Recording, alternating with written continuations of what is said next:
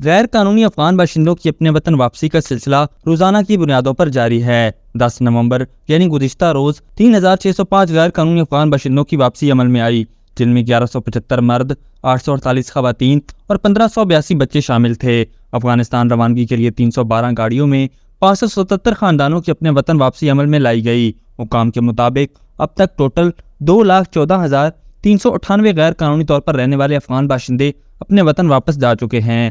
غیر قانونی طور پر مقیم افغان باشندے پاکستان میں قیام کے بعد اپنا گھریلو سامان بھی ٹرکوں اور کنٹینرز میں افغانستان منتقل کر رہے ہیں، جس کے لیے یہ تمام سامان بھی تورخم بارڈر پر قائم ٹرمینل پر ایک اسپیشل سکینر کے ذریعے چیک کیا جاتا ہے۔ تفصیلات کے مطابق حکومت پاکستان نے غیر قانونی غیر ملکی افراد کی محفوظ انخلاء کو یقینی بنانے کے لیے ہر ممکن عملی اقدامات کیے ہیں اور افغان باشندوں کی باعزت طریقے سے افغانستان واپسی کے لیے دیگر اقدامات کے علاوہ ان کی عارضی رہائش کے لیے مختلف اضلاع میں تمام سہولیات سے آراستہ ٹرانزٹ کیمپس بھی قائم کیے گئے ہیں اور بذریعہ تورخم اور چمن بارڈر روزانہ کی بنیاد پر ہزاروں افغان شہری اپنے وطن واپس جا رہے ہیں۔ رضاکارانہ طور پر افغانستان واپسی کے لیے افغان باشندوں کی بڑی تعداد چمن اور تورخم بارڈر پر موجود ہے۔ یاد رہے اب تک کل 2,14,398 غیر قانونی طور پر رہنے والے افغان باشندوں کی اپنے وطن واپسی ہو چکی ہے۔ یہاں یہ بات بھی قابل ذکر ہے کہ ملکی سالمیت اور استحکام کے پیش نظر عسکری قیادت اور نگراں حکومت نے غیر قانونی افغان باشندوں کو اپنے ملک واپس بھیجنے کا فیصلہ کیا تھا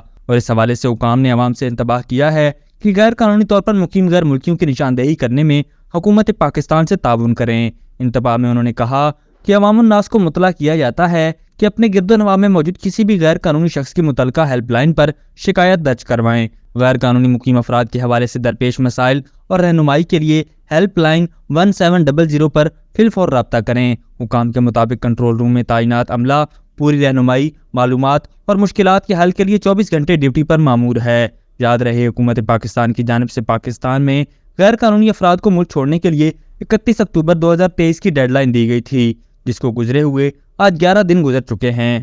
ابھی تک کے لیے صرف اتنا ہی۔ مزید دلچسپ اور تازہ ترین خبروں سے آگاہ رہنے کے لیے ہمارے چینل اسلام آباد انسائیڈر کو سبسکرائب کرنا مت بھولیے، اور اگر ہماری یہ ویڈیو آپ کو اچھی لگی ہے تو اسے لائک کر دیں اور اپنی قیمتی رائے کا اظہار نیچے دیے گئے کمنٹ سیکشن میں ضرور کریں۔